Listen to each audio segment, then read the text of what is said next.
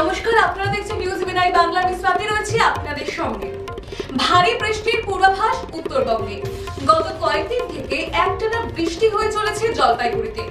বৃষ্টির কারণে ব্যাহত হয়ে পড়ে সাধারণ জনজীবন। সারা রাত ধরে চলে প্রচুর বৃষ্টি। সকাল থেকে বজ্রবিদ্যুৎ সহ বৃষ্টি শুরু হয়েছে জলপাইগুড়িতে। সকাল 6টায় জলপাইগুড়ি গাজলডোবা তিস্তা ব্যারেজ থেকে জল ছাড়া হয়েছে। জলপাইগুড়ি সেচ দপ্তর সূত্রে খবর অনুযায়ী মঙ্গলবার সকাল থেকে বজ্রবিদ্যুৎ সহ বৃষ্টি শুরু হয়েছে জলপাইগুড়িতে। আজও NH 3 জলঢাকা নদীতে হলুদ সতর্কতা এবং তিস্তার মেখলিগঞ্জ বাংলাদেশ পর্যন্ত হলুদ সতর্কতা জারি করেছে জলপাইগুড়ি আবহাওয়া দপ্তর।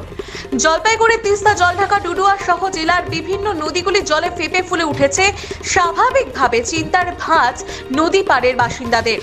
জলপাইগুড়ি সেচ দপ্তর সূত্রে আজ সকালে জানা যায় 1127.89 কিউমেক সকাল 6টায় জলপাইগুড়ি গাজলডোবা তিস্তা ব্যারেজ থেকে জল ছাড়া হয়েছে। आप देख रहे हैं न्यूज़ UNI।